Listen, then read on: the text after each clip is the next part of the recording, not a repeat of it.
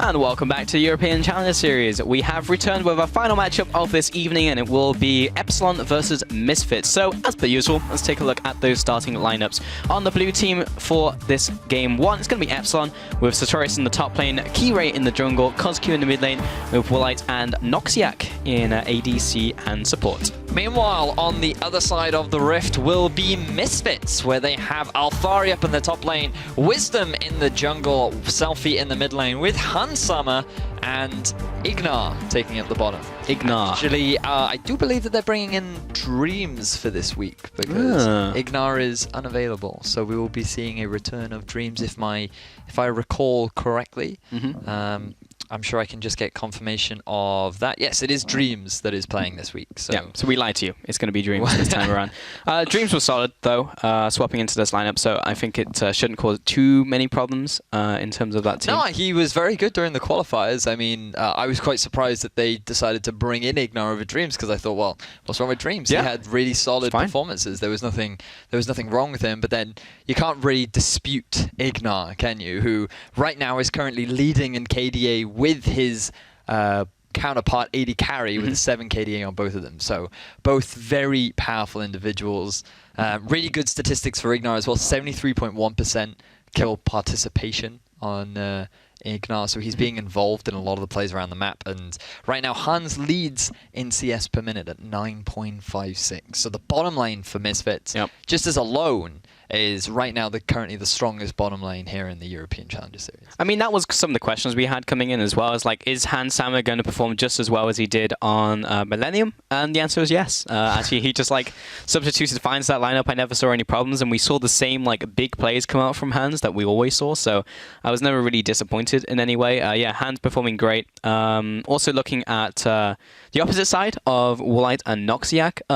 Woolite, one of those players we were speaking about earlier, when it was just like he's been in the like the LCS retirement home for quite a while now, trying to make his way back in. But he's been here forever, actually, like forever. Yeah, in my mind, I still see him as like an LCS AD carry, but he's actually been with us for so long.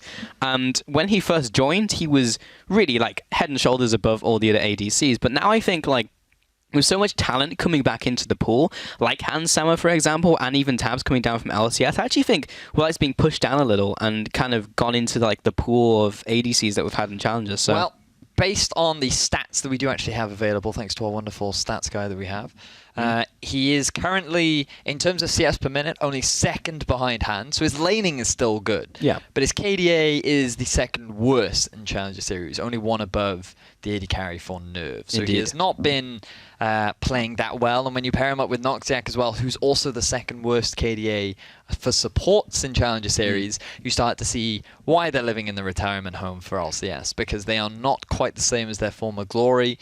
They haven't really been able to keep up with the young folk, and I say that there's like a year or two between them or something, I don't know, but like, it's just... In terms of careers, I think it's true. In terms of careers, yeah, that's very true. But I think that's the interesting thing, right? Because like Woolite used to have that old meme was like pulling a Woolite where you just like get caught by yourself, and he stopped doing that when he went into Challenger. It was just like, wow, he's really cleaned up and doesn't really get caught out anymore. And I think recently he's kind of regressed into old Woolite.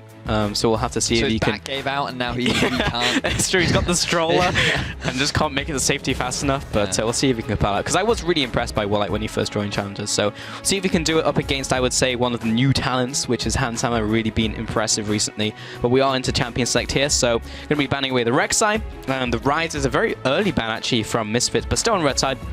Against Kozq, or Sartorius, and then Braum taken away from Dreams and Vlad. I mean, like standard bans on red side. Yep, nothing too unconventional so far. The Rek'Sai, quite surprising, to be honest. It looks like a bit of a target ban towards Wisdom. He has had some of his best performances on that Rek'Sai so far. But I'm sure he can still play things like the Gragas, like the Kindred. He did have some great Kindred games in the past. The big thing for Wisdom is he tends to be the player on Misfits that gets caught out the most. And if Misfits end up falling short, it is largely because of Wisdom being in the wrong place at the wrong time. Indeed. Sorry, that was weird. I'm not sure if you heard that, but I got weirded out by the music there. So yeah, Wisdom does kind of get called out a lot. I do agree with that, but he also makes some pretty good plays at the same time, so it's kind of 50-50 depending on which Wisdom turns up, depending on the game. Trundle and Irelia also banned away. That leaves pretty much every jungler available apart from Rek'Sai. So Gragas priority, Nidalee, for example, if they want to lock that in. Kira's going to pick that up. It's pretty much been a staple of Kira for the longest time. He really actually likes the transform champions over other ones, which is interesting. Like very much likes the Nidalee, Lee's, for example. Yeah. Jace in jungle. Yeah. Haven't seen that yet from Kira, but I remember like ages ago, probably like a year and a half ago, he was like, yeah, I really like those two champions specifically. So if he can get his hands on them and they conform to the meta, he will always pick them up.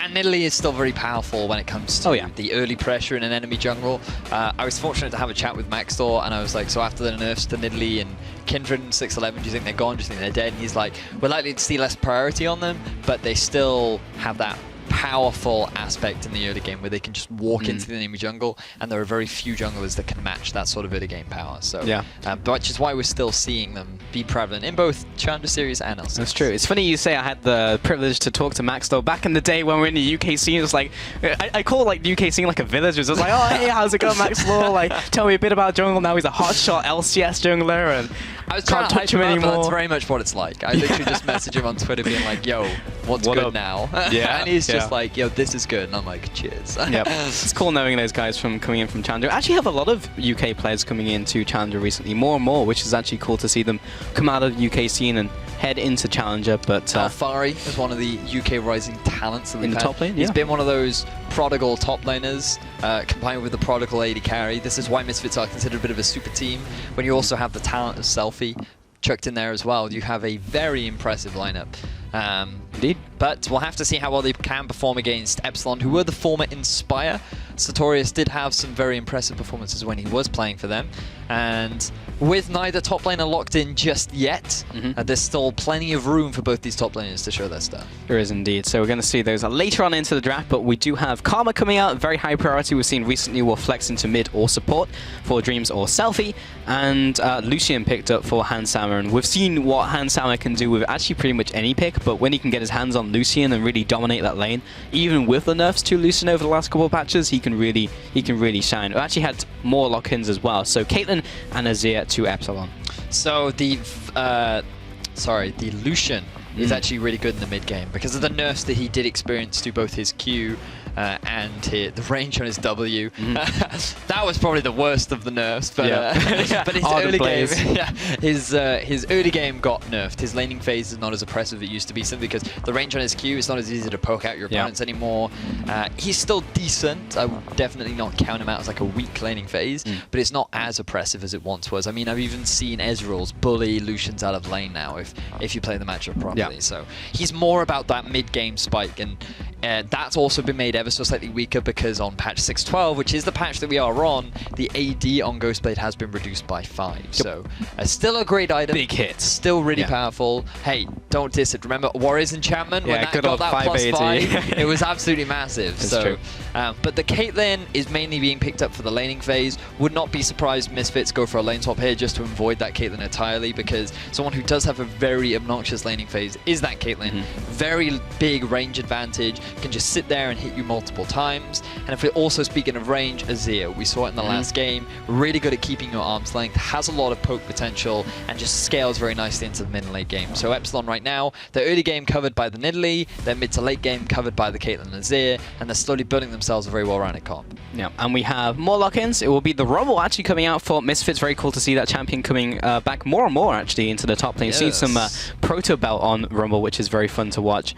And Elise going into the jungle. Meanwhile, on the opposite side, we have Gragas coming out. Gonna assume that's top lane since we have the Nidalee and Bard. Okay, so we have the full rosters locked in with no flexes that could go in different places right now. So we have the everything coming in from Epsilon. You could have a Nidalee top. Go back Trini Force You could. days, Oh Nidalee man, top. actually triggered. That was like the worst lane to play against like ever. Good old Nidalee top. Infinite heals, tanky, does a stupid amount of damage. Horrible. Oh man. So yeah, but unlikely. Very You've already talked about how Kyrie is typically known for that Nidalee, and Sartorius was one of the first people to bring out the top lane Gragas back in Challenger Series. So something that he is comfortable on. I'm surprised that he's decided to pick it into the Rumble, because any melee matchup into a Rumble is often quite difficult. But if they make the assumption the Misfits are going to go for a lane swap, then it should be okay. But we'll have to see how things play out. And oh, the Swain! The Swain mid! Back. I love Swain mid. Yeah, I'll tell you why I love Swain right, mid. Because Deficio and I have been arguing about this for weeks. And he keeps going to me, oh, hey, Vedius, I like all the... that's my Danish accent. Deficio Have you noticed all of the Swains that we've been picking up recently in Europe? And I'm just like, shut up. He's going to be picked. He's super good right now. NA likes him. They do, because NA understands me. Oh, I see, yeah. But Swain is really good. Not into this comp or this matchup, but it's still... And it's last really, picked as well, yeah. coming in here. So we'll talk a little bit more once we get into game about the actual matchup. But in terms of the overall compositions for Misfits, it's kind of all over the shop. They've largely picked for lane dominance, I would argue. You have Elise for the early game pressure. Sorry. You have Rumble, who's just a really big lane bully. That's sort of his go-to thing. And then you have Lucian Karma, which is just actually quite a difficult lane to go up against. So, Caitlyn obviously can be quite difficult as well because of her big range advantage. We've already discussed that. Yep. When you pair that up with the Bards, he is also, if you play the matchup very well, is very powerful during the laning phase simply because he lands those Cosmic Bindings, can root you up whenever you're trying to be aggressive, and it allows Caitlyn to just keep you at arm's length all the time. So, I just think it's a bit of a weird comp coming out from Misfits. Very heavy on the team fighting, that's for sure, but it's picking it intentionally into Epsilon, who have such great disengage, and there's no way for Misfits to hard force a fight, I think will prove very difficult for them if they don't snowball the lanes. Well, I'm sure you'll be talking a lot about Swain as we get into game Vedius, but here we have the compositions and, of course, the hashtags. So jump on Twitter, EPS win and MSF win. I wonder we'll see another crazy vote like we did last game. 98%. And they lost. So we'll see if that is the case coming into this game. Isn't there some kind of curse, though, that if it's over 90%, that team usually always loses? Yeah, so like 98% is the ultimate curse, where you're just guaranteed to lose the game. So apparently there are so many votes that physically tilts you, and that results in you losing. It's a lot of burden, I have to feel. I mean, the players don't know how many votes they have, but they can feel it. A disturbance in the force. Feel it in their bones. Right. But the other thing about the composition from Misfits, where they were just kind of picking it as they went, they have a lot of AP. Like, Hansammer is the only AD threat on that team. Literally the only AD. Oh, there's Beatrice. Wait, oh no, he actually has a name, doesn't it? It's in the lore, the name of his bird, isn't it? It's not his, it's a she. Sorry, I was talking about Swain's bird has a name. Yeah. Swain's bird, yeah. I don't think the lesser ravens have names, though, just Beatrice. Alright, so let me explain why I don't like this Swain pick into this composition specifically, right? Despite Vedius loving Swain. Despite the fact that I do love Swain, and I also think he's just really strong right now. In the mid lane, he's low mobile, and because a mid lane has many avenues to gank from, it's a little risky putting him in the mid, which is why in North America you've actually seen him coming out more in the top lane than in the mid lane, because the longer lane suits him better. He can play a little bit safer, he can use the brushes, and there's more room for him to play around, and it's basically just an easier way for him, and the teleport makes a lot of sense on him, so you can put him up in the top lane as well. But also into this matchup specifically, he faces a very similar problem to Ryze, where his actual range is very short. What makes him ever so slightly worse than Ryze is the fact that he doesn't have the movement speed bonus that a Ryze gets, and the way in which Ryze typically itemizes towards. So not only is it actually as difficult for a Swain to play against an Azir as a Ryze is, but it's harder because he has no actual way to close the gap unless the Azir, for some reason, stands inside his Never move. So overall, this is just a very difficult matchup for Selfie. Yep. However, I have seen him win negative matchups before. So I'm excited to see how he plays this one out, as it does look like EPS were the ones to initiate the lane swap. They wanted to avoid the 1v1, get Sartorius away from Alphari, and they've actually decided to keep Sartorius in the lane, which I actually find very interesting. Yeah, so not going to go for the triple push here. And meanwhile, you can see that mid lane. There's a TP from Sartorius, so he's actually now going to get out of dodge. Yeah, so what he's done is he stayed in the bottom lane just to pick up a bit of extra farms. Yes, it was EPS that initiated the lane swap, so he could get to lane quicker. He knew that MSF Misfits, sorry, would be... That's still right, MSF. Misfits would be doing the Gromp, so he knew he could just soak up as much farm and experience as possible. Then he used his TP to help actually take that turret faster, because the minion will take longer to die if you've got the teleport on top of it, and then you're just buying more time for your bottom lane to damage onto it, and your top lane is also getting there first. So it does give you an ever so slight tempo advantage, and overall, EPS will just get an ever so small lead with the CS, experience, tempo, and all that jazz. All of that jazz, just a little bit there. And also to keep an eye on is Kotsky's not running teleport, of course, because he's Azir. Doesn't really want to be on side lanes, whereas Selfie is. So going to be able to play on 3 lanes potentially later on to this game. And both towers will be taken down as well. So normal start to the lane swap. Just to add to that point, because Swain typically builds quite off-tanky, it's actually quite good for him to run teleport, because if he does go for a TP flank, it works out quite nicely. You can buy a lot of time, especially once you've got Zhonya's. Just go into the fight, drop the Zhonya's down, and works out quite nicely. So Selfie is dead. We're going to have to CSI to the crime scene here. I believe Kirei came in and threw the spear, which was the cause of death. Yeah, well, we'll get a replay of that and see the exactly how show. things went awry. Very unfortunate for Selfie. Talked about how this was already a rough matchup.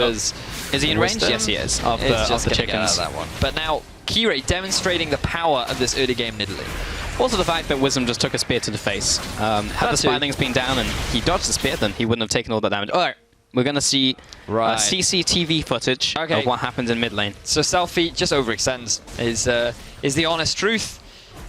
On a Swain, you have no way to dash out from that, and unfortunately, he had no vision in either side of the lane, so it results in him falling behind us. Hans and Dreams trading pretty heavily down the bottom lane. Cause of death, overextension, case closed. Why have you gone detective on me, Balls? Because we didn't see it. Oh, Kirei died to Alphari. Let's CSI this crime scene. Wisdom apparently came in. Cause of death, Arachnid. We didn't see that kill either, but it was just another gank. Not even. What was Kirei doing there? He was not even with Sartorius. How did he die there? Challenger series. That's all I'm gonna say. What was his motivation? Okay, so. Alright, give me a second to collect my thoughts. Kira, right, okay, now I understand. I now have context. He actually just wanted to get some damage down to Alphari, who's only level 2. Kira should be able to win that 1 versus 1, but he did not realize that Wisdom was in a position to get the counter gank. So, does make sense. Wasn't completely unreasonable from Kirei. He should have got a bit of deep vision down if he wants to go for that play, but I can understand why he would want to make it. Try and shut Alphari down while he can.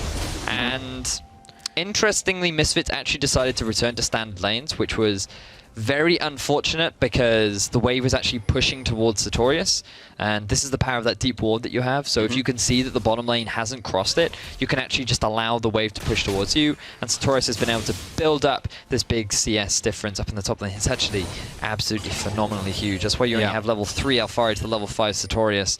Fortunately, he will be able to close that gap a little bit with that big minion wave. But still, this is not really where you want your Rumble. Not really. I would say baited and outsmarted, but he's got 7 CS to 37. And yes, he picked up the kill, but he is still so far down in terms of gold. It's like 500 gold advantage just from farm currently. Luckily, he's going to pick up this wave, but he is Rumble underneath the tower, so he doesn't have the best CSing. I say that, but he's picked up every single one of these perfectly, so good job, Alphari. The prodigy in the top lane, as we've been saying, farming god. But he is still 3 levels behind, whereas Sartorius has his ultimate. I think he just walked out of the bush and got seen by that ward. But this will be the red buff taken away regardless, because Wisdom doesn't have the help from mid lane or Alphari, so he'll have to go into the bottom side of his jungle, whereas Kirei and Sartorius have level advantages. Bot lane, Misfits are going to siege in here and also have an advantage, so kind of topsy-turvy. We've got the advantage on one side of the map, which means a disadvantage in the other side, where the junglers have been. I'm just looking at some of the vision that EPS have actually gotten down. Kyrie doing what he can on this early game Nidalee to just make sure that he can see what Wisdom is up to, see if he can try and get some counter ganks down, because he will typically be the one to come out ahead. Hansama gets locked up. Nice binding out from Noxia, but Hansama is turning this one around with Dreams, who is now out of mana. Culling comes across, will land a lot of the channel onto Warlight, but Hans is real low. Meanwhile, Wisdom is taking this opportunity to take away the red buff. Also had the cover from Selfie in the mid lane, so he is good to go. And Dreams is TPing back to base. So after all of that, no kills go down, but the red buff over to Wisdom. He's just going to jump towards his good buddy, the Mountain Dragon, and take the crab. So what are we looking in terms of this game? 1 kill apiece, 1 tower apiece, and equal gold. So we are in a very even game here. Okay, so this is Misfits basically saying, all right, Sartorius, you're no longer allowed to freeze the lane. We're going to send Hans and Dreams up to the turret to make sure that it bounces back towards our forest. Kozku goes for the gank. He's coming in. He's going out. He's going to pop the ultimate. Dreams are following out. Oh, Hans are going to flash aggressively into the Q, into the kill. And Hans Sammer, I mean, yeah, cut and dry. Easy kill. Fortunately for Kozku, he was not expecting the bottom lane of Misfits to be there. And simply because he was in a numbers disadvantage, even though he flashes away, it's just not enough to create a gap between him and Dreams, who, to be fair to Dreams, he was very smart. He uses the flash to guarantee the landing of the root. So look at the vision from Kozku. He doesn't see this, and he's in an unfortunate surprise when he realizes that Hans and Dreams are just waiting for him there. And yeah, just want to iterate how smart that was from Dreams to actually flash preemptively to make sure that his binding would land onto Kozku and get Hans the kill. It was all a setup. Kozku did not know, and he's fallen behind in terms of farm. And he will go back into the mid lane, but it will allow Misfits to take the top tower. I believe we have a push in the bottom lane as well. So should be able to take this one away. Yeah, that's going to fall down to Woolite and Noxiac. So not going to be falling all that out of this game, but Sartorius is still ahead in the 1v1 matchup and is up towards the Dark Seal and the Corrupting Potion in here. Meanwhile, Herald is being taken by Wisdom and Dreams. Most likely going to give this probably over to Hans Sammer, or even Wisdom. So but it's reset twice. Now what you want to do is send your duo lane to the bottom half of the map, because that is pushing towards EPS's side, and you need your strong laners to be pushing the strong take while the weak receive, and so you can afford to have both your Lucian and Karma extend past the river because they are your stronger side. So even if a gank comes through, they're not necessarily at any risk. And then you want the wave to be frozen by Alfari to have it pushing towards him. And that is why EPS are sending their bottom lane up towards Alfari, because they don't want him to freeze. They want to get that minion wave shoved underneath the turret. As Selfie, he might be getting collapsed on. Spear unfortunately lands onto a minion, but going to follow up regardless. Flash out by Selfie, respecting the Emperor's Divide from Kozku, and he will be getting out scot-free. Well, he had to burn his flash, but that was actually very big. So 11 minutes into this game, 1 kill advances to Misfits. Lots of map movement from both teams. No one has gone for the dragon yet, even though it is an Earth Dragon. So no one has really prioritized that. Do remember that it is the hardest trait to kill out of all of them. It's true. So at least unlikely to try and solo it, because it is quite risky. 88% avoided the curse. Just that's barely, the main yes. thing. Yeah. So no 90% this time. EPS. To be fair to EPS, they do have a lot of well-known players. Kozku, formerly of Inspire, I do believe, along with Sartorius. I would say that Woolite, Kirei, and Noxiac, the higher profile players in that team, having all been in LCS. That is true. But for me, Kozku is just a guy that's been around Challenger for such a long time. For forever. I know him years as this very well-seasoned mid laner. That's it. That's really interesting, actually. Cause, well, I'm going to hold that for a second. Dreams has been caught out, and probably not long for this world. Yep. Sweet dreams. Sweet. That was a nightmare, really, for Misfits. And they just kind of lose them in rotation. Can they capitalize on that, though? They will try and seize the mid lane. They do have Caitlyn, and it is approaching mid-game. He has been maxing traps, so good luck to Misfits defending this tower, as they are very short range. They do have Alfari's ultimate, and they don't have Alfari's ultimate, so yeah, this tower should be falling.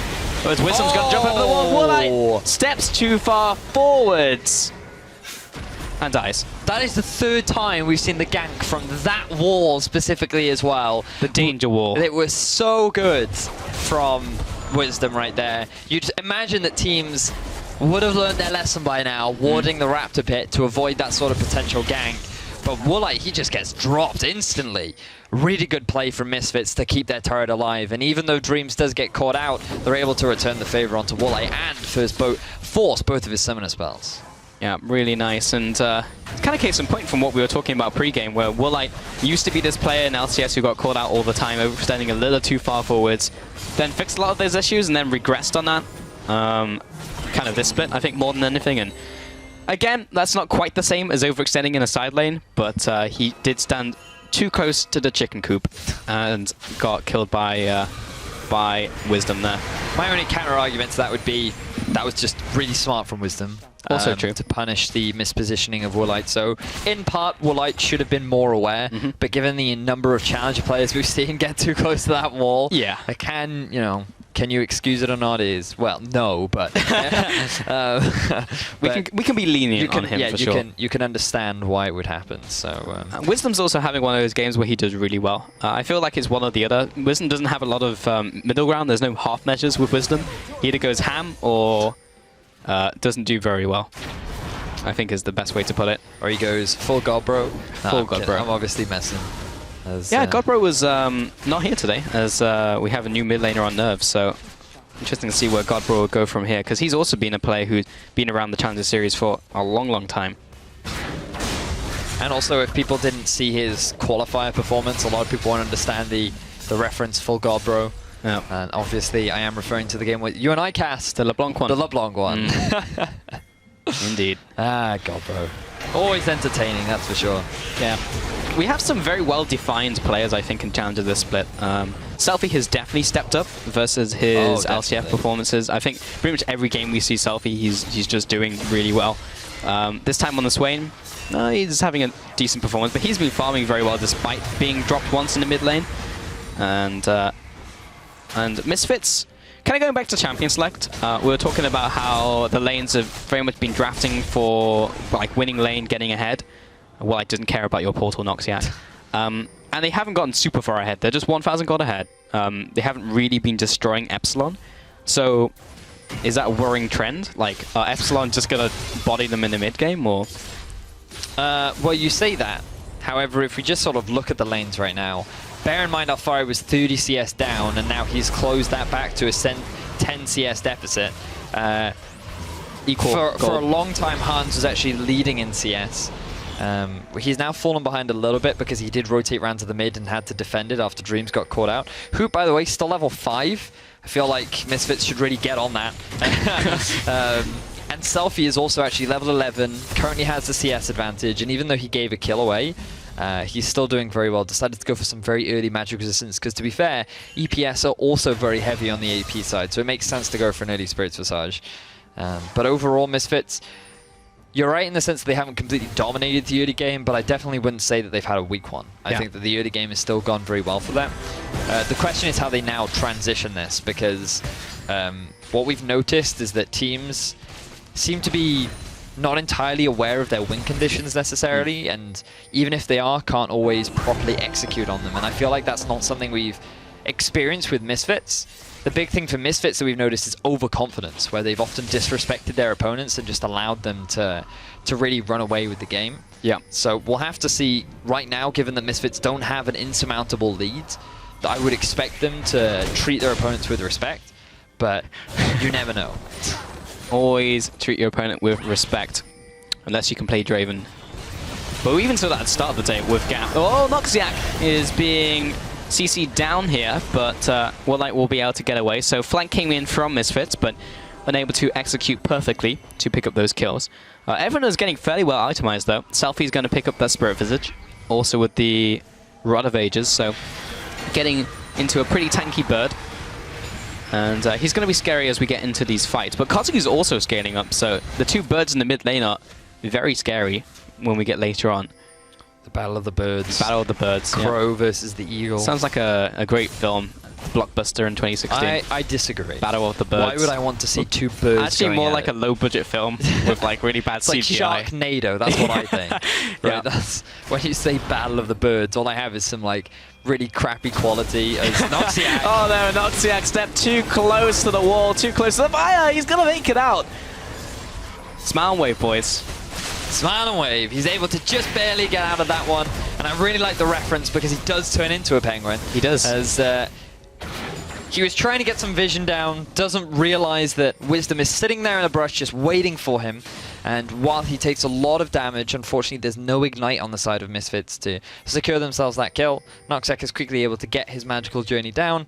Unfortunately, it takes him on a path to safety, so Misfits unable to guarantee themselves another kill, but they are slowly propelling their lead even further. They've now assigned lanes to Misfits having Selfie and Alfari in a 1-3-1 fashion. But the problem is they're not really forcing any objectives, and right now I don't think they need to, simply because they are scaling quite nicely. Simply because notice that Hans has actually decided to change up his itemization. Rather than going for the Ghost Blade, he's shifted his attention more towards the Essence Reaver, which means that he could very well go for Phantom Dancer next, as Dreams takes a lot of damage. Going to be able to disengage from that one though, but yeah, Misfits will be scaling nicely, so come these mid-game fights, once they've got these two big items, they'll likely start to look for fights. That they are. The trap line is being opened up. What? A cocoon onto Kirei. Wisdom doesn't quite have the follow-up. Fantastic binding from Noxiac will lock up Hansour and Dreams, and Alfari will TP right into a trap and a headshot out from Woolite. So it was a good setup. So you're seeing all the disengage available on Epsilon right now, because there is no way for Misfits to hard engage onto a fight. Yes, they landed the Coon onto Kairi, but it just wasn't enough. There's not enough follow-up from Misfits. They have no real way to just instantly collapse, and because Alfari was a little bit slow on the teleport, and not only that, because he teleported into a trap, it's just so difficult for Misfits to actually make a play happen. They need to play around something like the Baron, like the Dragon, if they want Epsilon to come in range of them. But then again, why would they ever want to come in range of them? Because they have an Azir, they have a Caitlyn, who we saw in our last series are so good at just keeping their opponents at arm's length.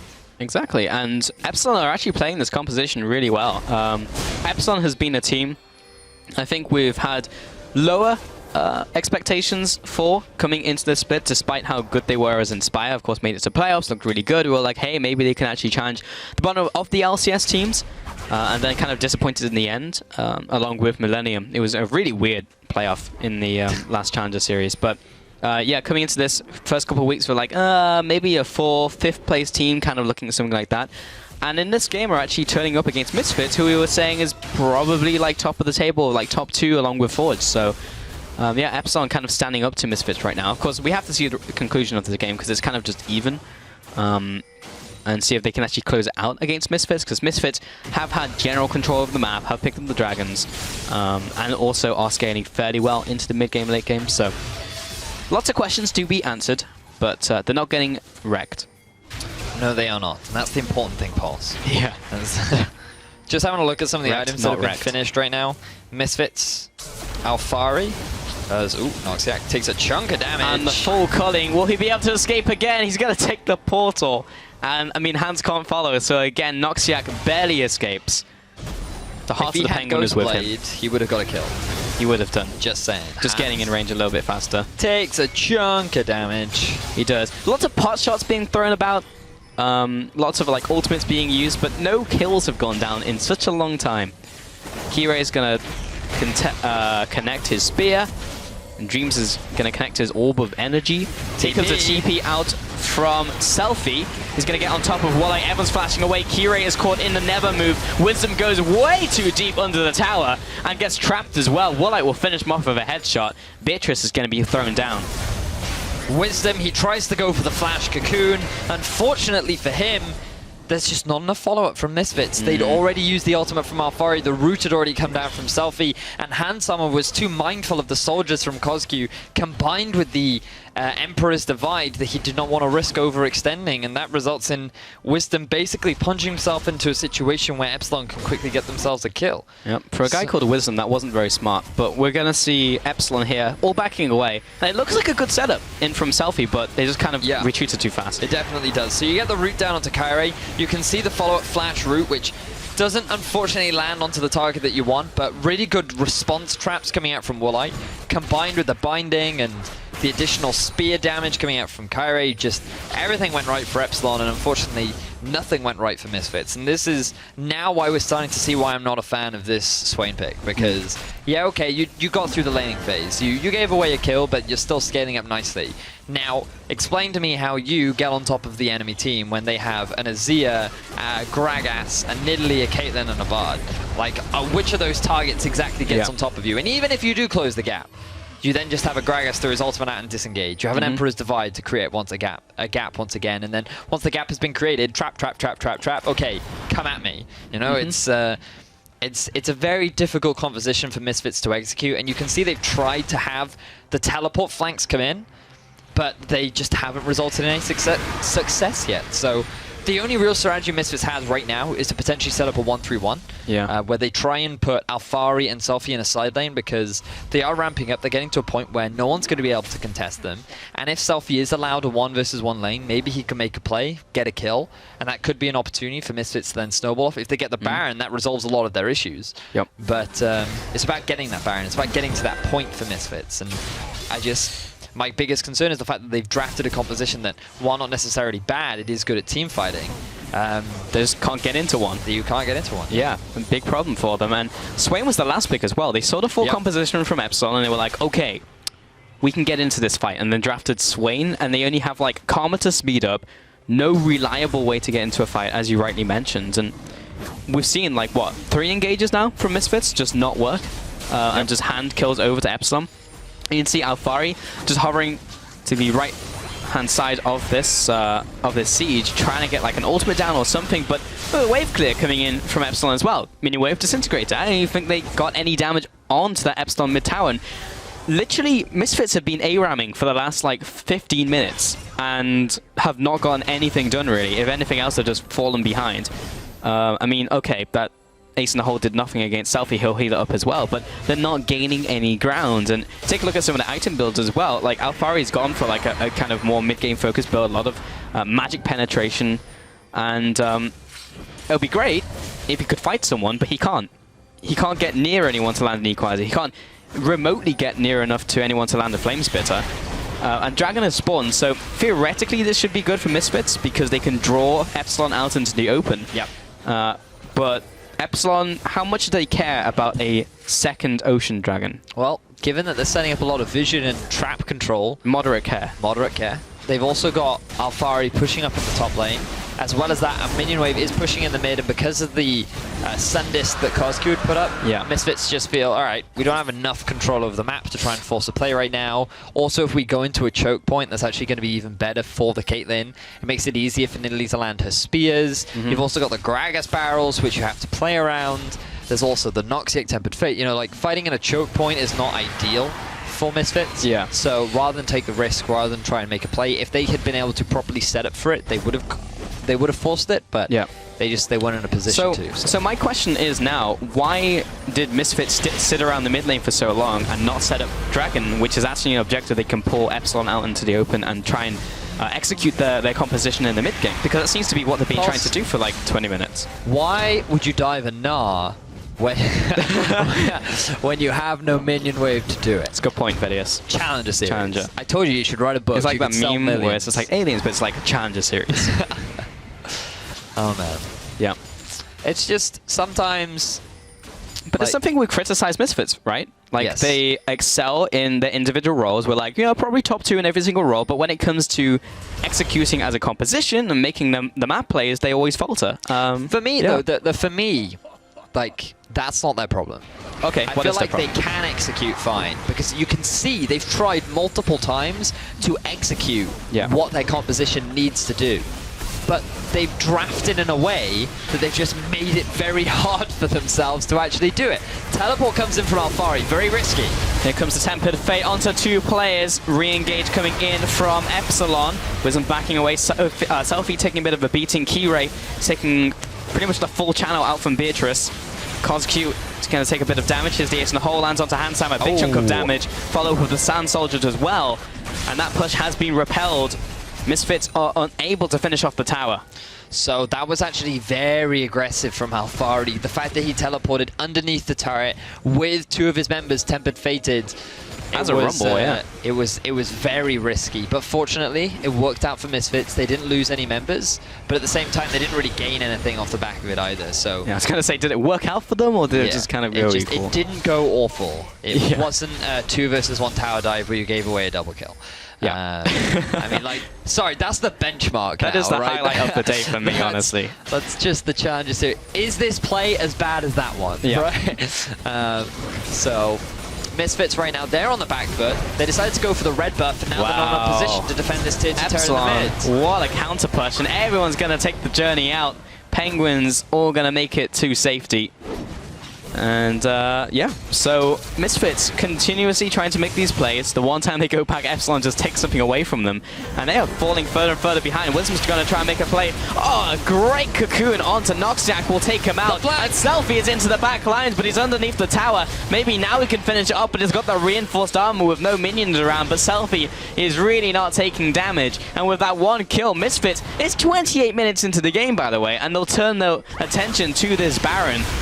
Look at the number of flashes that are down for EPS. Sartorius does have the teleport. He's going to try and stop this Baron. He doesn't have ultimate, though, so he really can't stop them, and there's no smite near it. It's going to be Baron going down to Misfits. This could open up the game, and Warlight is getting chased down. Never move. Not going to connect onto Caitlyn, so Caitlyn will get away. Laser Burst going to slow him down a little bit, but won't be able to pick up the kill there. So all pretty much off that Handsammer 1v1 against the turret here. Going to be helped by Selfie. Okay, but really, that was all based off of Wisdom's great cocoon. It certainly was. He decides to be hyper-aggressive once more, and to be fair to Wisdom, if he has seen an opportunity, he has always gone for those flash cocoons. And while his first one worked out, the following one's not quite as successful. Yeah. Finally, he gets to play once again, and this is something that I really like to see from Wisdom. Even though he makes failed attempts, it doesn't deter him, it doesn't stop him. He's still constantly trying to look for these picks, trying to look for these plays, and it enables his team to start off this whole fight. So they get the cocoon down onto Noxiac, instant ultimate out from Alfari in a really good position because it forces EPS to split up. And there's the good pincer attack from Misfits where, because they're distracted from the front line of Misfits, Selfie can come in from the flank and it forces the ultimate out from Cosq very early on, which means that he can't really use it to reposition any of his opponents. So then when Misfits go for the Baron, there is no real way that EPS can contest because they've used the vast majority of their big engage tools. And that went really well. I particularly loved the ultimate coming in from Alfari, as you mentioned, split up the fight. And now Misfits with this Baron buff are able to pressure multiple lanes. Now they have this double TP composition with the 1-3-1. Now they can send Swain into the bot lane, Alfari into the mid lane, 3-man stack at the top lane, and everything is going perfectly for Misfits. So yeah, really well played by Wisdom. I mean, you miss every shot you don't take, right? So yes, he had a couple failed engages. Yes, Misfits weren't able to come into the game, but just that one worked out. Flash coming in from Handsammer, everything tossed towards him in terms of ultimates, and he just managed to escape. So just kiting around Epsilon right now, Selfie pushing the bot lane, of course pushing the mid lane as well, and Alfari is rotating into the top lane. He has ultimate in the bank, ready to use it. So you can see now how Baron just solves all the problems for Misfits, because now they can properly set up a 1-3-1.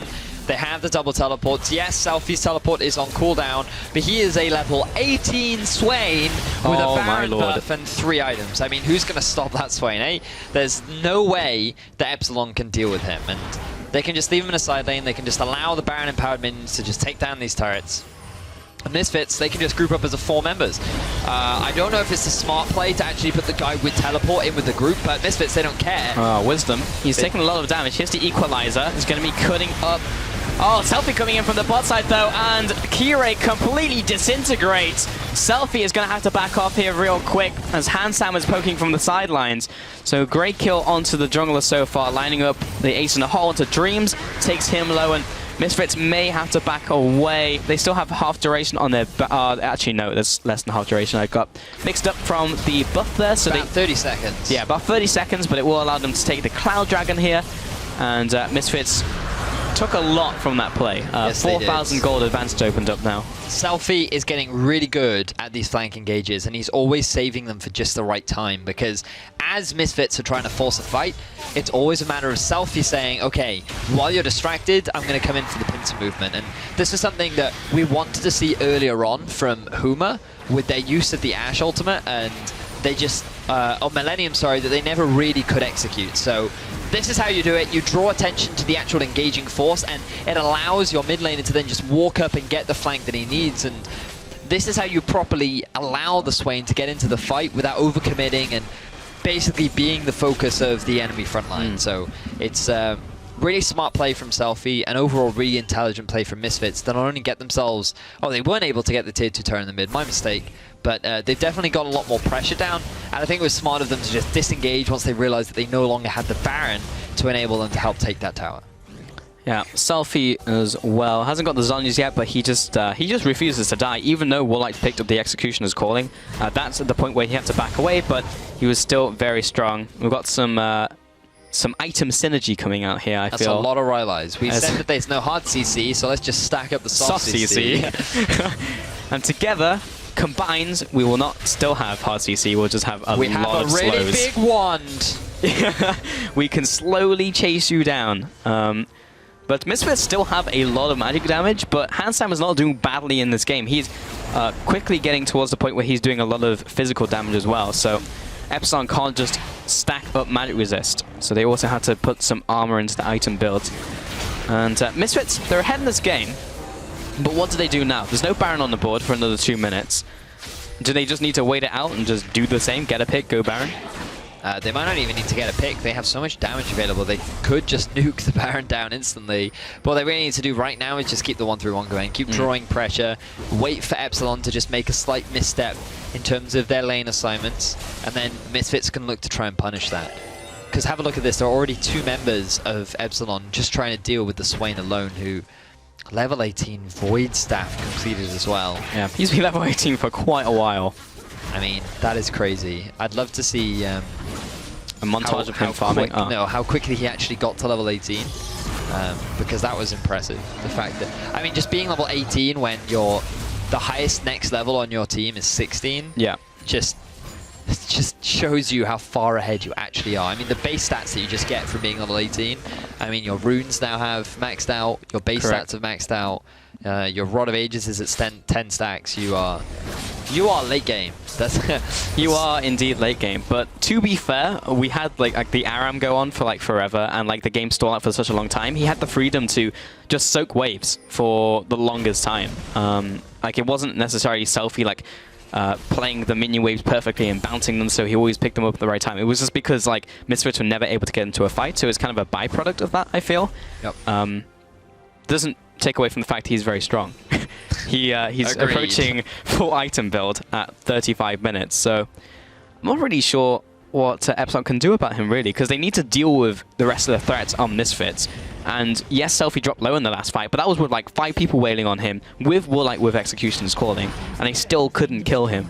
So you just have to make sure you properly ward your flanks. You can see that the vision coming out from Epsilon is actually a lot stronger than it was before, because they can now set up for any sort of play that Misfits look to try and make as they try and start these engagements. The big thing right now, though, is Epsilon, they're very mindful of this Baron. They want to make sure that they do have vision control over it, but their forces are being spread thin because of this 1-3-1 coming out from Misfits. And Epsilon have the choice of, hey, we either group up and look to try and control this Baron, or we give away our, and as a result we give away our side lanes, or we actually separate our forces, and that actually means that Misfits in their 3 versus 3 could very well come out ahead, because again, just looking at the level differential, 16 of Handsama to the only just turned 15 of Woolite. So right now Misfits definitely in the driver's seat, and it's really down to, it's their game to lose really at this point.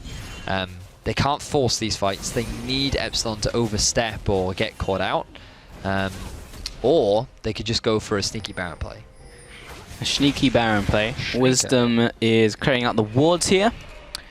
And 3-2-5 in terms of kills. It's not necessarily been the bloodiest game in the world, Vedius. We've had a lot of attempted engages this game. And with the Baron live, Epsilon will have to try and contest this. And who do we have in the bot lane? Satori, so we just have the TP.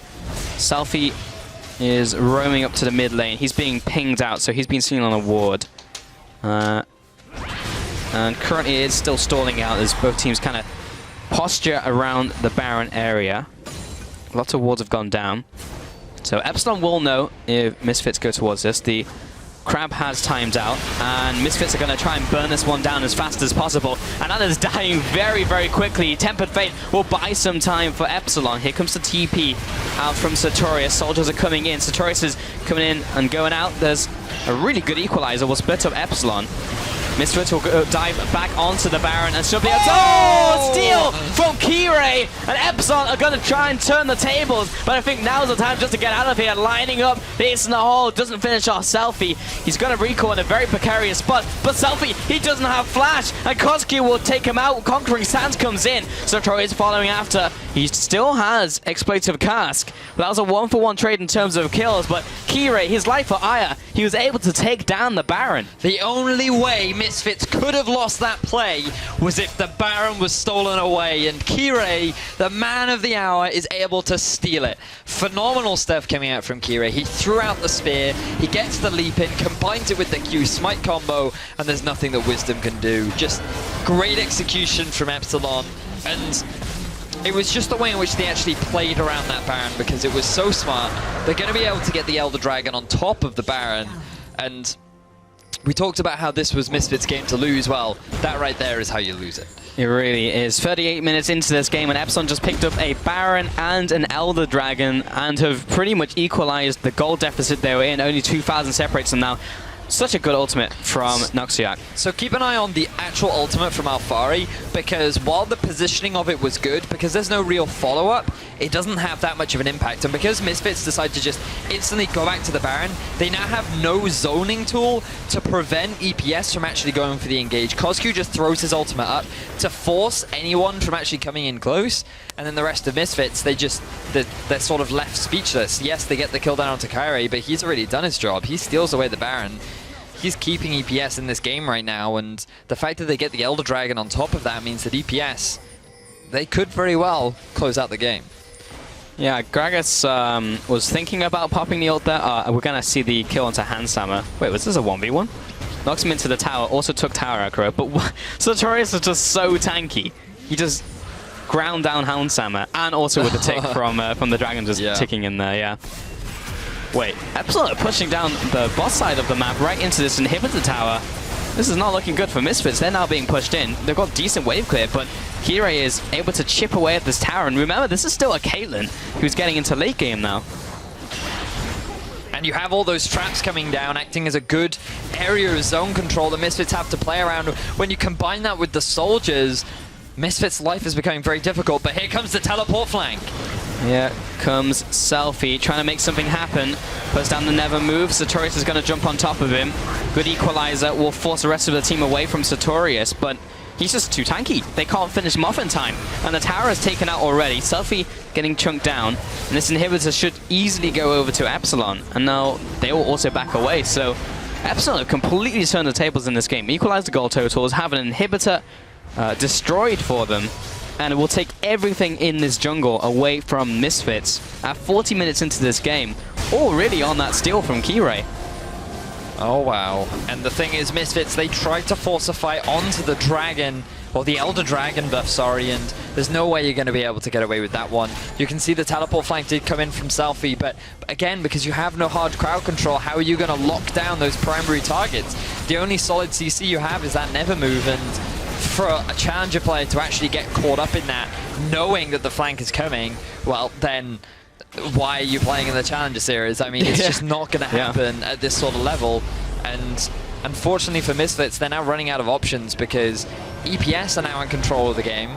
They have a great composition at setting up sieges and sitting underneath your turret, getting a bunch of poke down, and then slowly whittling it away with the power of that Caitlyn. And then if you ever try to engage, they have the Gragas for disengage, they have the Bard for disengage. You have to play around the Emperor's Divide as well as the Caitlyn traps.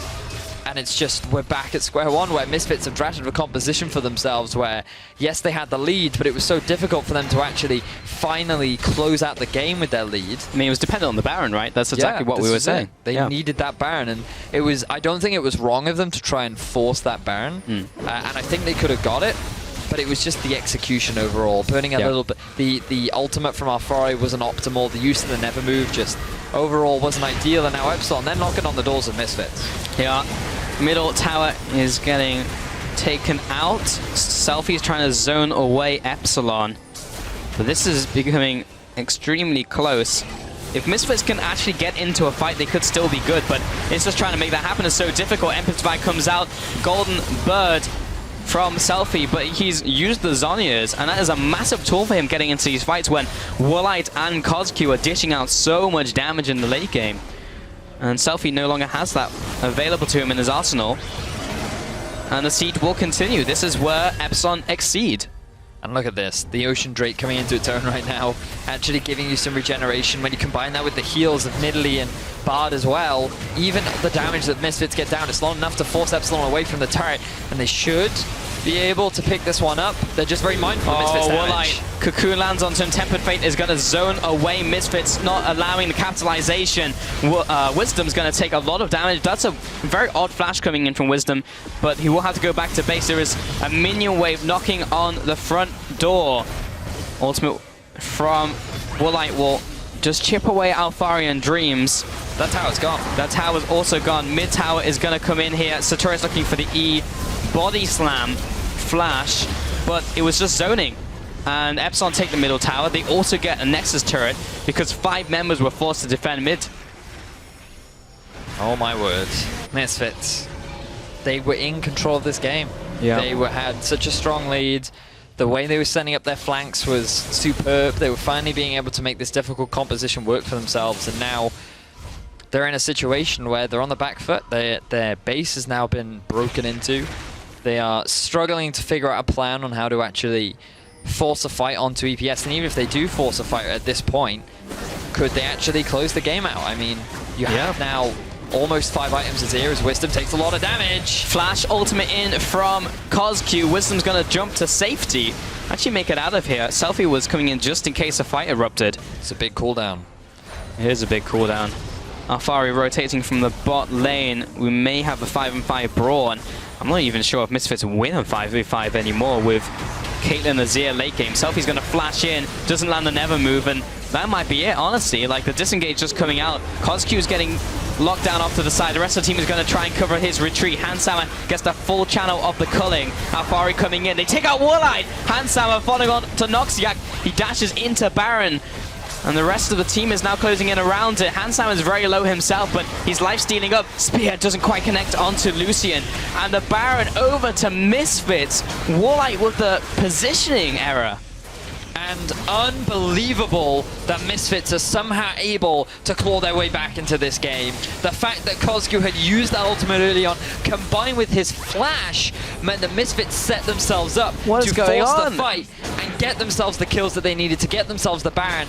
And now they're just walking into the base of Epsilon. There are still 20 seconds left on Woolite. Misfits know they have the numbers advantage. They still do have a couple of ultimates on cooldown, but they don't care. Tower's dead. Moving on to the inhibitor itself. Misfits with this Baron are just unstoppable. They will be backing away here now that they've gotten the objective that they wanted. No dragon on the board for a little while. No Elder Dragon, of course. 10-minute respawn on that. But let's take a look at actually how Woolite got called out, because I didn't even see it the first time around. So you can see the flash engagement from Selfie didn't exactly amount to anything, but Dreams, he notices that Kozq doesn't have any flash, doesn't have an ultimate, so he wants to go for the fight. Big ultimate, and Woolite eased in. He eased in to actually get the collapse down onto Dreams. Big crit from Hansama combined with the equalizer damage. Oh my word, Woolite actually threw that game. I hate to say it, but Woolite pulled a Woolite right there. Man, that 45 minutes into the game, when you have that lead, that's pretty much unforgivable. This really should have been Epsilon's game, and now it's anyone's game. Misfits were almost completely locked out there. A late game Azir, a late game Caitlyn, Siege coming in, 1 Nexus turret down, and just trying to capitalize and be greedy for a kill has given Misfits a way back into this game, a way back into this game. What a crazy turn of events. It's really been in the last kind of like 10 minutes. Oh, Challenger Series. Yeah. You always find a way. Elder Dragon going to be spawning in 1 minute and 40 seconds. A lot of items completed. We're now at full late game. Everyone's hitting either 4, or well, working towards their 5th item. Yeah. Selfie looking once again for the potential flank, but is also very mindful of the positioning. And look at how far he has the teleport, putting so much pressure down in the bottom lane. They did lose that inhibitor, which is very unfortunate for Misfits, but they're not going to care. They're going to use this empowered wave to try and knock down the doors of Epsilon's base, and suddenly the tables have turned. Tempered Fate to Selfie, but I don't think enemy capitalization is going to come out. He's going to throw down the Bird and the Torment. And looking to push down this tower. Good culling. We'll clear out the minion wave. Hansam are going to be shielded up, and Wisdom is going in. He's going to buy some time with the repel. They really need to take down the tower. Wisdom's going to fall here, surely. Yes, he'll go into his Guardian Angel. Meanwhile, Hansam are having to back away with Selfie and Alfari. Wisdom trying to make it out of life. Dreams with the MVP shield will get him out. And Misfits take down the tower with no casualties. Kirei not connecting the Javelin. And Selfie will even farm away the Crux as he backs off. So Wisdom a little bit over-aggressive once more with the Flash Cocoon. He isn't quite able to get the kill, but he draws enough attention to himself that Misfits get themselves the 2-3 turret down in the bottom lane. So now that's an exposed inhibitor.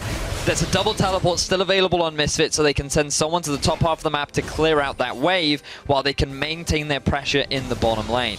We're now approaching the 50-minute mark, which what really should have been like a 30-minute game for Misfits is becoming a long-winded battle where both teams looking to contest over this Elder Drake. Oh man, why do I feel like this is going to go down to a smite? We've got Kirei backing off, Sartorius and the rest of the team are just trying to clear out the ward right now.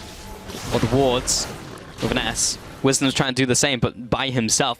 Now Misfits are all catching up. Elder Dragon is alive. And Wisdom gets his Banshees popped. 49 minutes into this game, a decisive team fight will close this one out. Hansama does not have a lot of lifesteal, if any lifesteal. He's got a tiny bit. But Elder Dragon has been started by Epsilon. Wisdom, he's being completely zoned out by these Caitlyn traps. Here comes the TP. Out from Alfari. Wisdom is now jumping in, but the whole of Epsilon turn their attention towards him. Equalizer comes down. Selfie's right into the middle of the team. Here comes Big Bird. Gets the first kill. Goes golden. Dreams is getting chased down. He has to make his way out. Hansam is still alive. He's kiting down Sartorius. Woolite is so low, and Selfie refuses to die. The Lesser Ravens find the double kill. 4 kills to 3. Incredibly messy fight. And Misfits somehow win that fight, and now with the two members, they might look to try and close the game, or they're going to stick to the Elder Dragon. They were a bit indecisive, but they have decided that this objective will be their priority. And what a close exchange between the two teams. I'm really excited to see that replay once more, because there were just so many little things that happened. Alfari throwing the ultimate not onto a key target. Woolite getting caught by a binding. Just have a look at the intricacies. Wisdom on the front line takes a brunt of the damage and the focus from Woolite. Cosq is actually able to avoid all the damage from the ultimate from Alfari. Woolite is doing so much damage on the backline with the flank from Cosq, but then Hansama and Selfie keep the fight alive. Just look at the damage coming out from Selfie. He is able to shut down Wisdom. Hansama is able to shut down the flank from Cosq, and then it's just a matter of cleanup for both Selfie and Hans, and Misfits, their 2 carries coming out absolutely huge in that final team fight. Misfits get themselves the Elder Dragon, but unfortunately it's only going to last 2 minutes. They have a very small window to take advantage of it, and with inhibitors respawning, we're pretty much going to return to a stalemate. This has been a crazy game. After what was a really bizarre early game and mid game for like, what, 25-30 minutes. The last 20 minutes have just... It's just been crazy. I mean, both teams picking up objectives. It's been back and forth. Honestly, based off a lot of mistakes coming in from individual members, and then capitalized really well by the opposing team. Selfie has been full item build for a long time now. It's really just the battle of the late game threats, like Swain late game versus Caitlyn, Azir, even Alfari. Like, Rumble late game is not to be underestimated. He hits like a truck right now. And both AD carries are also full item build with crit item builds as well, so haven't just gone for the mid-game spikes. Like, Hansam was preparing from this pretty much from his first item, went with the Essence Reaver versus like the Black Cleaver or the versus the Ghost Blade. And late game is even stronger now on ADCs with the changes in 6-12. Wisdom, this is not the time to get caught out. Selfie's going to try and cover him. Wisdom will flash over the wall and be helped out by Dreams, but Baron has just spawned and Wisdom is so low, and Epsilon can see him going back. Oh, but Misfits, they might decide to rush this one down anyway. Remember that this is very late into the game. They have a lot of damage available to them. Wisdom, he's just going to quickly return to his teammates as quickly as he can. Misfits have the positional advantage. Remember that they did gain control over the Rift Scuttler. Scuttle Crab, sorry. Scuttler. The Scuttler, as Hans just wants to get a bit of poke down with that culling. So very tense right now between these two teams. Any small mistake could result in the game going in one team's favor or the other. So they have to be very mindful of this. Oh. Bit of a swap over just to increase the tension. Yeah. Timey-wimey. 11 to 8 in kills. Gold is completely irrelevant at this point. Everyone is full build. It is literally all down to mechanical skill. Wisdom. He doesn't have flash. He needs to be mindful of setting up a flank like that. But other than him, so many of the summoner spells are actually unavailable. No flash for Cosq, no flash for Alfari, no flash for Sartorius. This is a ridiculously tense situation when Elise is your primary form of engage on a lineup. Just trying to land those flank cocoons. Meanwhile, Epsilon don't really want to engage the fight. They want to respond to an engagement from Misfits. Try and get a pick if they can. Look at the double tap damage onto Kirei. Going to be followed from Wisdom. The Tempered Fate going to be used, but Wisdom's dropping low. Spear lands, trying to get a range to finish him off. Here's the instant. Oh, Dreams needs to block it. Repel comes up, and we'll be forcing that ultimate out. Remember, Wisdom still has the Guardian Angel. Now Epsilon in retreat. Wisdom just have the regeneration as well from the Ocean Dragon they picked up earlier. Selfie trying to block off this choke point. Misfits, they just need to disengage. Instead, they've decided to commit to the Baron. This could be a big mistake. Spear landing. Wisdom so low. He'll go up again into Repel. Noxiac will make his way out using the Magical Journey.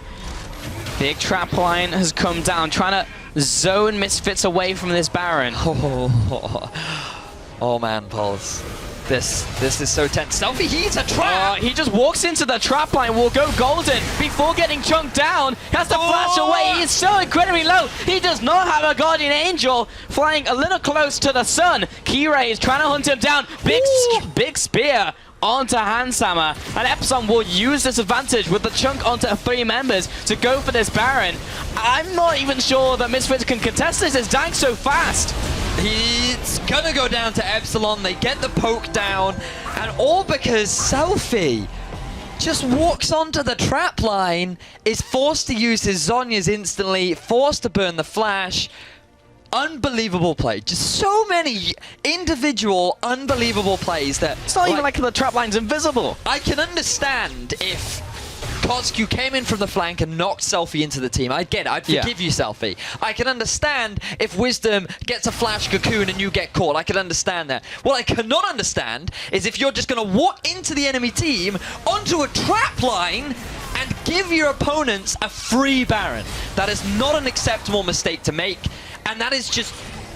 This should give the game over to Epsilon. All because of what was a massive misplay from Selfie. But we've said that like 4 times in this game already, Vedius, where the game should be over to the enemy team off a mistake from an individual player. And somehow, it's gone the other way around. 55 minutes into this game, 100,000 gold from Misfits. You can see the item synergy continues as triple Rabadons has been picked up. Alfari, Wisdom, Selfie, and the Rylai's Crystal Scepters. Selfie's letting the team down with the Abyssal Scepter here. And this is absurd, honestly. Misfits backing off, and I've said it's going to come down to one final team fight, but I've said that like 7 times already, and somehow it continues. Neither team can really get a full-blown team fight because Epsilon, they don't really want the full 5v5 fight, whereas Misfits, they have no way to force it. So we're in this very difficult situation for both teams, but Epsilon, they're getting a lot of damage down. A bit of a bug, but Handsammer, he gets chunked out by the ultimate. Inhib's dead. It goes down. Big crits coming in from Warlight now. Literally over 2,000 damage on those crits. And turning attention to the middle inhibitor. Here comes the engage coming out from Misfits. Noxiac dropping low. Emperor's Divine will try and split up the fight. Everyone's trying to escape in from Epsilon. Warlight is so incredibly low. He'll eventually go down to Selfie. Wisdom getting involved in this fight. Handsammer will find the kill onto the second carry of Epsilon. And Sartorius, he's got no carries and he's getting chased down by Handsammer. Will go into the chicken coop, but the rest of the team is dead. Kirei and Noxiac made it out alive, and Alfari is trying to protect the base. They're actually still sticking around the bottom lane. What is going on? Epsilon, they have the Baron buff. They want to try and close out this game. Remember that there's actually only one Nexus turret left available. Sartorius, he teleports in, and he might be trying to get the back door. He's stopping the recalls, but there is no minion wave coming in for Misfits. They're going to try and push down the middle wave. Is this a base race? It actually is a base race, but the minions, they're over to Epsilon, and somehow this play is working out. Noxia and Kire pushing in, but Noxia taking all the damage. Wisdom is doing the same on the opposite side of the map, and gradually these minions are coming in. Only the first Nexus turret goes down, and Alfari is putting up a stellar defense with Selfie to stop this push coming in from Epsilon. And now Handsammer and Wisdom with Dreams are on to the Nexus. Misfits take the win. Misfits finally, in a 58-minute game, are able to take the victory. And what a long, slow, terrible game of League of Legends. That was incredibly messy. I mean, every good play was offset by an individual mistake, and good capitalization, bad individual play, good capitalization, and that was just the whole game pretty much after the 20-minute mark. And I mean, that could literally have gone over to either team. So good job for voting Misfits, but it literally could have gone over to Epsilon as well. It was tense. I enjoyed the tension in the game when you have that, when you do have that 50-minute. Two teams facing off, one mistake. Engage. But to have the mistake be stand on a Caitlyn trap, like really, it wasn't even from a play. And to be fair, like Selfie made up for it later because he was able to get the kill down onto Woolite, which actually guaranteed them the game. Yeah, and so that's the only benefit. That's the only positive I'm going to give you, because to be fair, Handsammer was consistently great throughout that game. Dreams made so many phenomenal plays. Kyrie with the steal. The Azir made one big misplay trying to go in for the flash ultimate, but then also his positioning was really good and his poke and damage was solid. To be fair, the two top laners were kind of silent in that game. Neither one really making monumental impact. But Alfari had a couple of good ultimates, but the team wasn't able to capitalize on a lot of them. Exactly. The big problem for those ultimates was they were sort of zoning tools in a sense. Yeah. But they often, because there was no follow-up ultimates, there was no follow-up damage, they would just come down, and then you would have Epsilon immediately disengage, run off them, wait for the ultimate to disengage, and then re-engage back onto Misfits, who then didn't have a big damage-dealing ultimate available to them. So the Rumble pick for me it wasn't significant enough to warrant it being picked over something like a tanky frontline, like a Maokai or something else, or a Gnar, or just anything that could have been a more reliable engage tool. Because in that stare down at the end, it was literally just like Wisdom trying to land a cocoon as like trying to get into a fight, and I was just like, that is absurd in like a late game fight when you're trying to get this 5v5. Fair play to Wisdom though. I mean, the cocoons. He was always flashing in, going for those cocoon plays, and it was. Some of them paid off, some of them did not. Yeah. But the fact that he was constantly making those plays, and the fact that it wasn't all bad, there were actually a lot of good in there too. I mean, like 2 or 3 of them basically won the game there for Misfits, like getting into those engages. So props to Wisdom. To be fair to Wisdom, he definitely showed his stuff, and apparently that was the longest game this split. 57-50. The longest game before was Forge versus Misfits as well, at 43-55. Which was a long game. It really felt like a long game, but 57 minutes. So much back and forth. And it wasn't even like a slow one either. It was for like the first 15-25 minutes, but that devolved very quickly into. And after last week's performance, where Misfits won 2 games in like 25 minutes, I thought, well, Pulse, we're going to finish early this evening. It's just going to be quick 2-0 for Misfits. They're just going to have another day in the office, clean up shop. But Epsilon definitely made their life hard, and I don't think Misfits made their life any easier with the draft they picked. No, I don't think they did, but a win's a win, I guess. And if we don't get a challenger big play from you guys next week, I'm going to be very disappointed because they were like 70 in that game, so super easy to go back and find one. Either way, we're going to take a quick break, but when we get back, we'll be concluding our Week 3 coverage here with Epsilon and Misfits. Stay with us, guys.